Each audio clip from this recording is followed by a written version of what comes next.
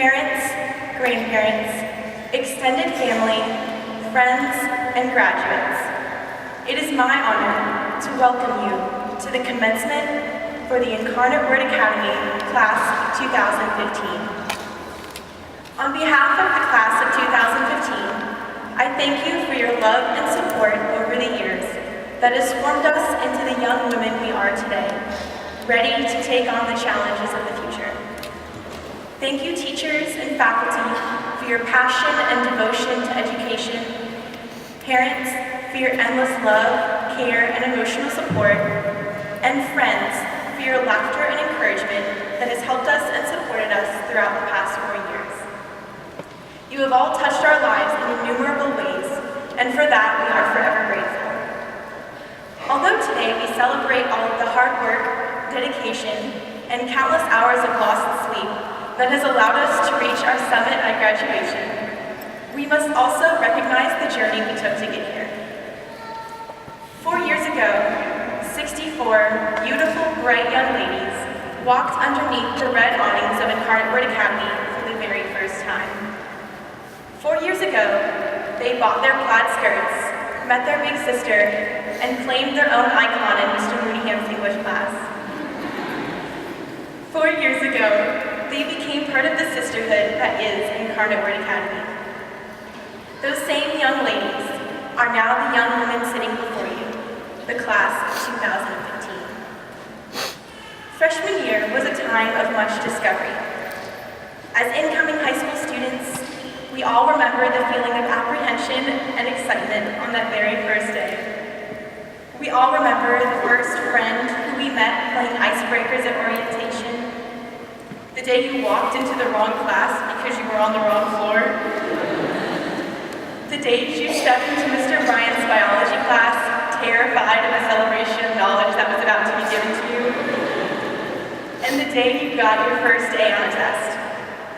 Those first few weeks, we were fully immersed and eagerly welcomed into the IWA family that thrives behind those red awnings. Throughout the year, we freshmen learned to step out of our comfort zone and become more confident in ourselves. After teaching Mr. D what it's like to work at IWA at the annual Freshman Astros game, and experiencing with your new friends the delights of downtown life, being known as the Red Sea for our red sweaters, we knew that the next 3 years were going to be unforgettable. As all freshmen feel after their last final of the year, we were excited not to be the new kids in high school anymore, relieved to have made it through our first year, and still a little confused as to how to act around the boys.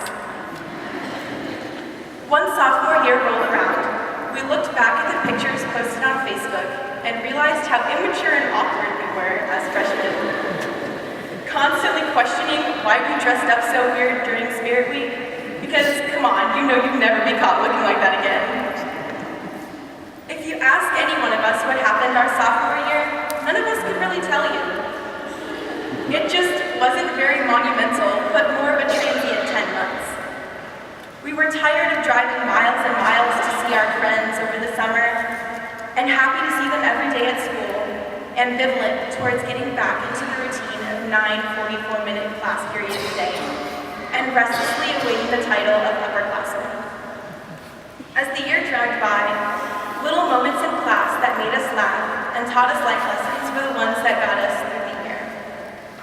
As much of a forgotten year as sophomore year seems to be for everyone, it serves as a time of preparation over the 2 years ahead. Cruising through sophomore year, we thought we were prepared for the title of upperclassmen and the trials of junior year that we had been warned about. We thought we were prepared until we walked back underneath those red awnings in the fall and learned what it really meant to be upperclassmen. Junior year was definitely an underestimated challenge. SAT, ACT, AP classes, driver's licenses, class rings, college workshops. It felt like everything had suddenly been packed into one school year. Time flew by faster than we had ever expected, and suddenly we were studying for exams. As juniors, you were expected to take initiative in leadership positions, start thinking about college, be building a resume, doing extracurricular activities, and getting good grades all at the same time. But that newfound feeling of upperclassmen was one you didn't forget. Aside from the responsibilities and leadership you could finally have, it felt so good to be on the other side of that doorway, watching Miss Steinhauser scold the underclassmen for being out of uniform. Remembering the lessons learned by experience as an underclassman, you had already pulled your skirt down an extra inch, checked to make sure you looked halfway presentable, brought your mid-condition textbooks with you, and made sure you had bought the biggest notebook sold in store. You were ready to conquer the school year, already with your eye on being a senior. You had thought you had everything under control being your third year in high school until you got to your classes. Each class had higher expectations than the year before, and while juggling so many different obligations, we learned through both triumphs and mistakes what makes us achieve our goals. Our checklists and agendas always overflowing, we found that only through managing our time could we muddle through all of the demands and responsibilities placed before us. Although the rigor of AP classes, leadership roles, and preparing for college necessitated more energy, enthusiasm, and dedication, we grew relentless in achieving our standards as we began to define our own expectations and mature our personalities. That drive, that growth, which characterizes junior year, pushed every single one of us to the limit as we stayed up late almost every night to do homework and go the extra mile in every single class. We developed our own strategies to manage our time, dove into the stressful mess that is college applications, and began to learn what makes us tick. We observed the seniors before us, aspired to be that perfect senior for our soon-to-be little sister, and knew that the fruits of our hard work over the last 3 years would culminate in a short time. It had been the hardest, most demanding year thus far, but you were so proud of the report card you received at the end of the semester because you knew that you had earned every last point. Not only had our determination to succeed been ignited, but we had matured into intelligent, independent young people. By the end of junior year, we were ready to be seniors, ready to decide what our dreams were, ready to decide who we want to be, ready to be the leaders of the school. Senior year is the pinnacle of the journey, the joyous conclusion, the gateway to college. Looking back, we have celebrated all of our lasts all year long. At every last, we reminisced on the past and savored every last moment, grateful for all of the friendships, knowledge, and memories obtained from each activity. I have never seen so much sisterhood, love, and unity within our class as I have witnessed over the past 10 months.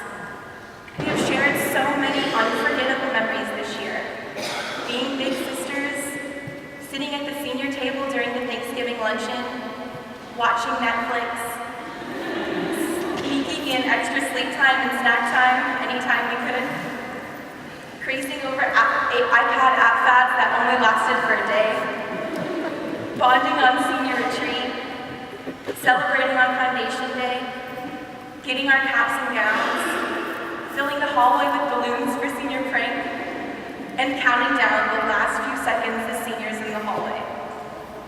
Traditions we have watched the seniors before us participate in unfolded before our eyes this year, as we were the ones leading the school, being the role models that the underclassmen look to, and creating the character of the academy.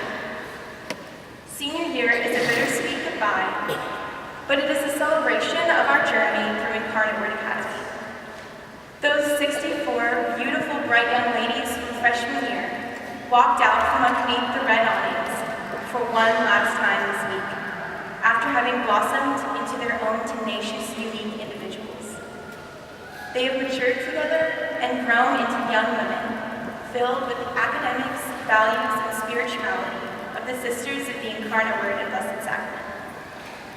Now it is time for those same 64 beautiful, bright young ladies to put away their red sweaters and plaid skirts, learn how to wear something different every day, and step into the world as women of the Word.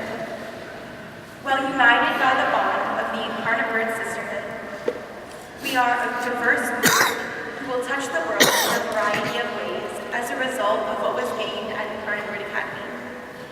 We will take with us all the memories that we have made, knowledge and wisdom that we have gained, and friendships that we have formed. These last 4 years spent at Incarnate Word Academy are simply a rite of passage in the world's eyes, but to us, they are the story of who we have become. Thank you.